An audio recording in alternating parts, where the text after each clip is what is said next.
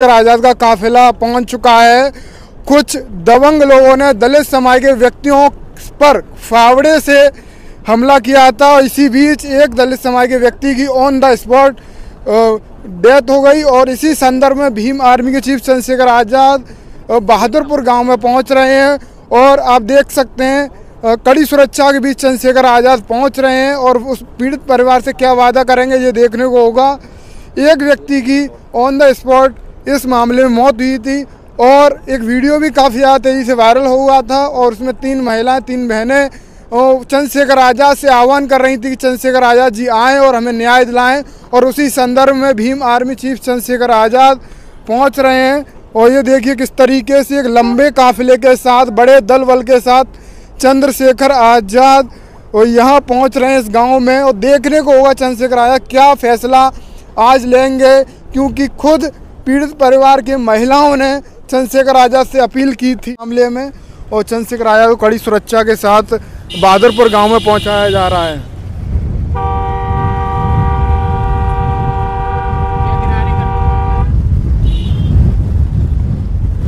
तो ये काफिला देखिए, चंद्रशेखर आज़ाद उस पीड़ित परिवार की न्याय की आवाज़ को बुलंद करने के लिए चल रहे हैं और देखने से ध्यान रखा जा रहा है। चंद्रशेखर आज़ाद उस गांव में लगभग पहुंचने के हुए हैं और पूरा काफिला उनके पीछे दौड़ रहा है और तमाम समर्थकों की गाड़ियां वहां पर बाहर रोक ली गई हैं और तमाम समर्थक उनके साथ उस पीड़ित परिवार को न्याय दिलाने के लिए कंधे से कंधा मिलाकर कदम से कदम मिलाकर चल रहे हैं।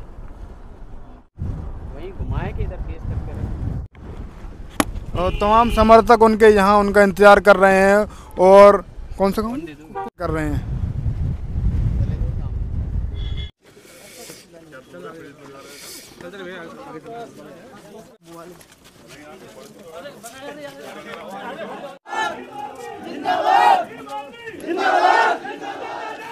तो अभी थोड़ी देर में कितनी बड़ी सुरक्षा के साथ चंद्रशेखर आज़ाद यहाँ पहुँचे हैं। ये देखिए सीधी तस्वीर है, मैं आपको दिखा रहा हूँ और बड़ी सुरक्षा का विशेष ध्यान यहाँ पे रखा जा रहा है।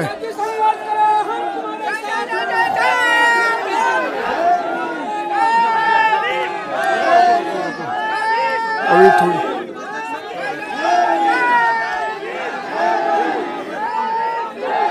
एक न्याय की उम्मीद में पूरा परिवार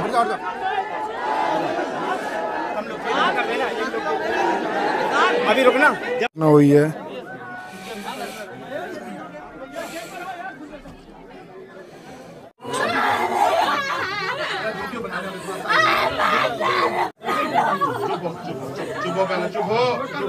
चुप हो जाओ, बात सुनो, शांत रहो, शांत रहो।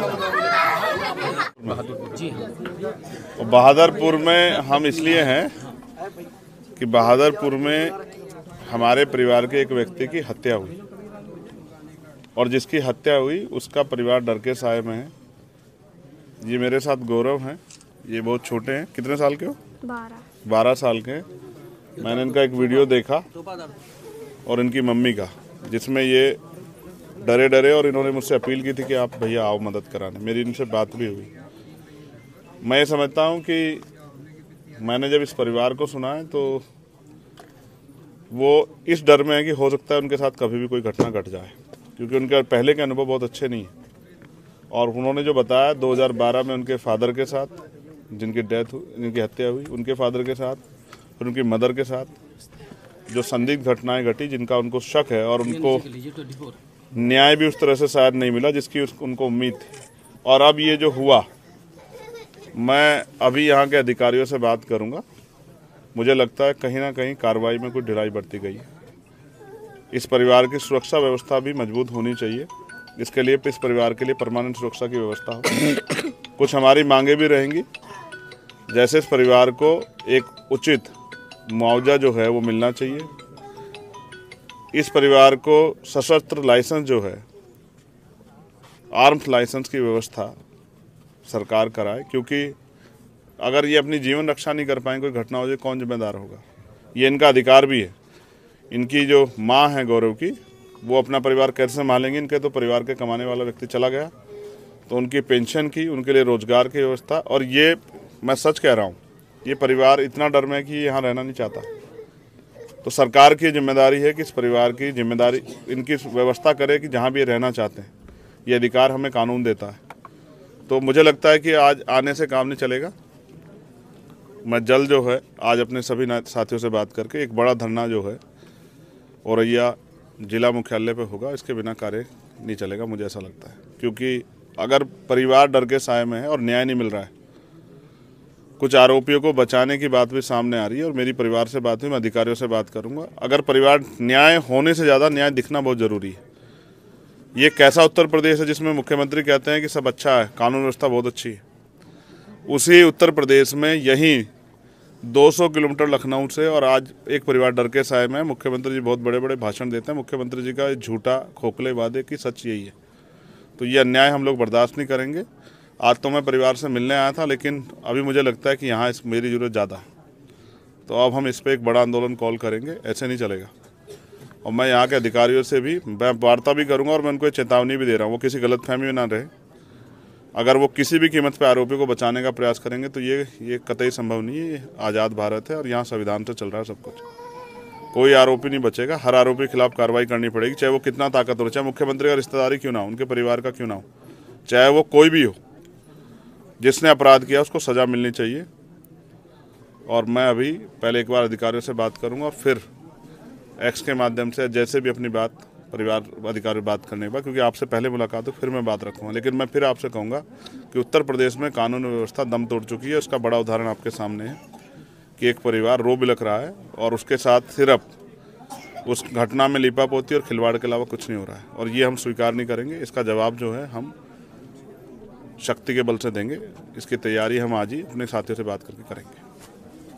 अभी तक आरोपियों के घर बुलडोजर क्यों नहीं? मैं बुलडोजर की प्रक्रिया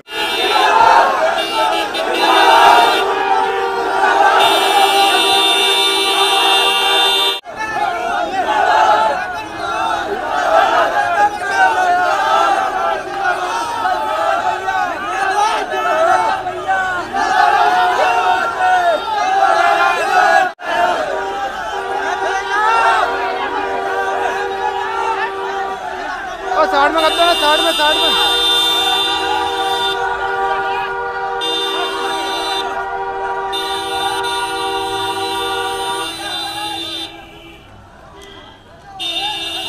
हट जा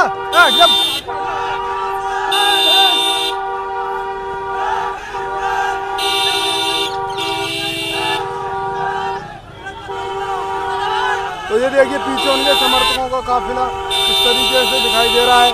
और ये देखिए किस तरीके से दौड़ लगाते हुए उनके समर्थक दिखाई दे रहे हैं।